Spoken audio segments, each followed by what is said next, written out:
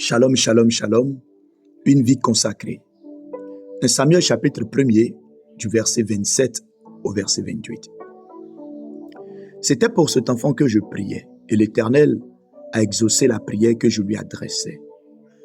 Aussi je veux le prêter à l'Éternel. Il sera toute sa vie prêté à l'Éternel, et il se prosternait là devant l'Éternel. Cette histoire concerne, n'est-ce pas, le retour de Anne.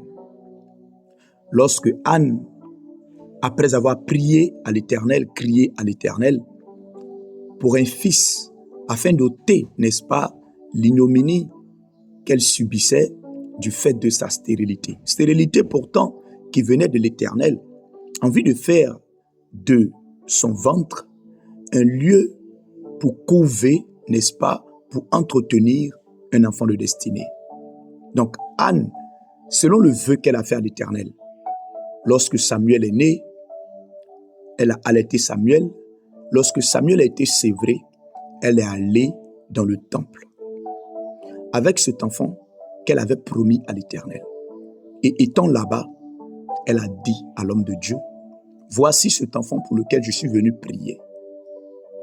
Il est né. J'avais promis à Dieu que si cet enfant naissait, j'allais le donner à Dieu.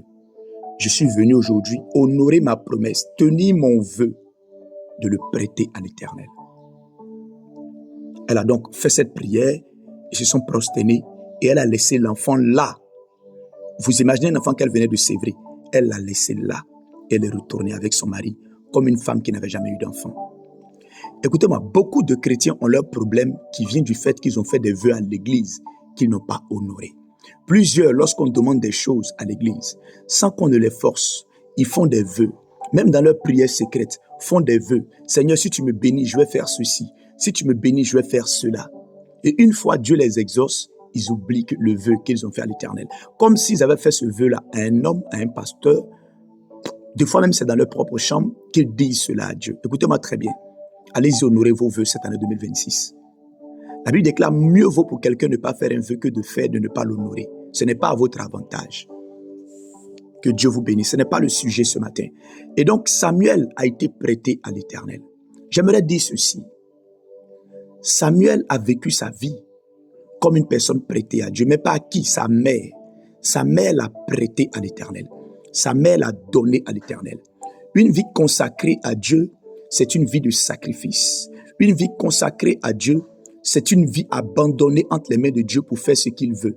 Une vie consacrée, c'est une vie qui chaque jour, n'est-ce pas, essaie de vivre comme étant un instrument entre les mains de Dieu pour bénir les autres.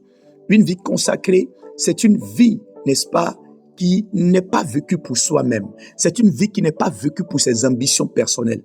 C'est une vie qui n'est pas vécue que pour amasser, qui n'est pas vécue que pour, n'est-ce pas, avoir ça et là des biens. Non, c'est une vie qu'on donne à l'Éternel, qui devient une plateforme qu'on offre à Dieu pour qu'au travers de nous, il puisse être une bénédiction pour les autres. Cela entraîne le sacrifice, cela entraîne des privations.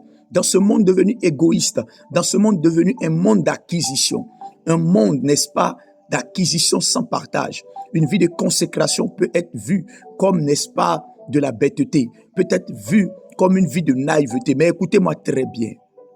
Samuel a été prêté à l'Éternel. Au début, ce n'est pas honorable. Au début, tout le monde peut se moquer. Au début, ça peut paraître une pète.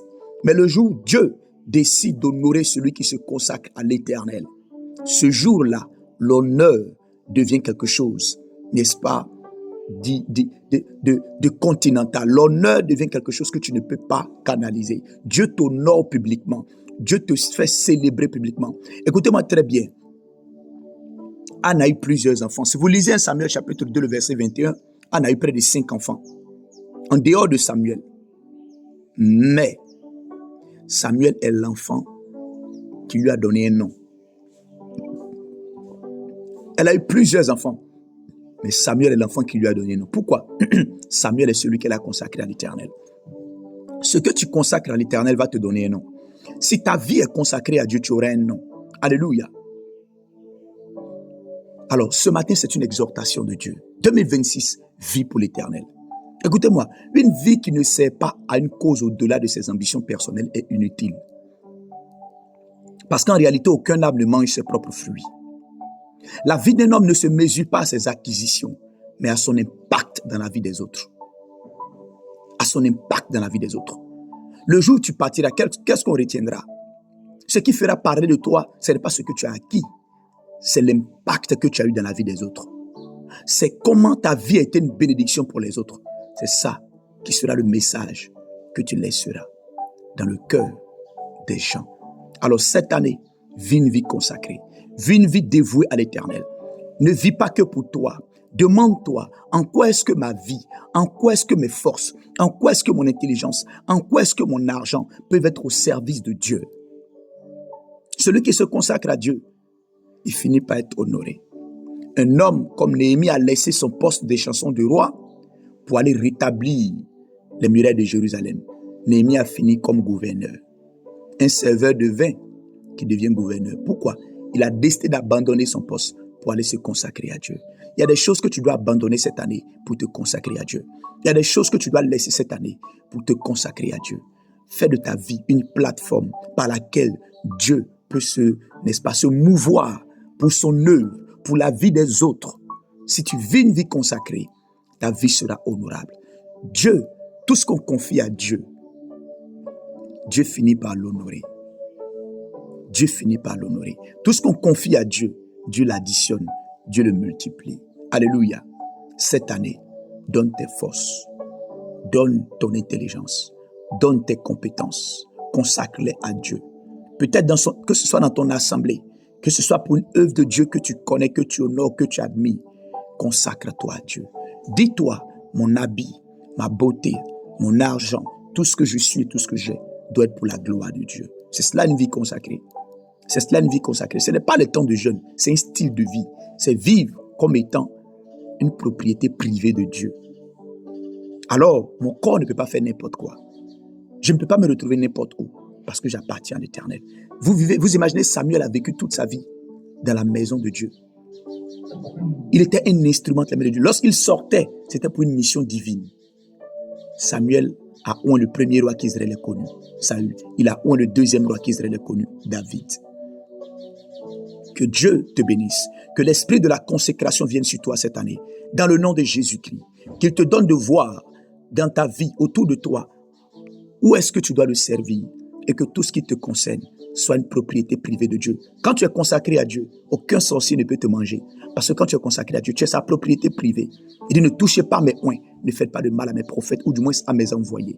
Quand tu es une propriété, quand tu es un consacré à Dieu, non, personne ne peut te toucher. Il y a une protection surnaturelle du royaume qui t'est accordée. Ce sera ton partage cette année 2026, au nom de Jésus-Christ.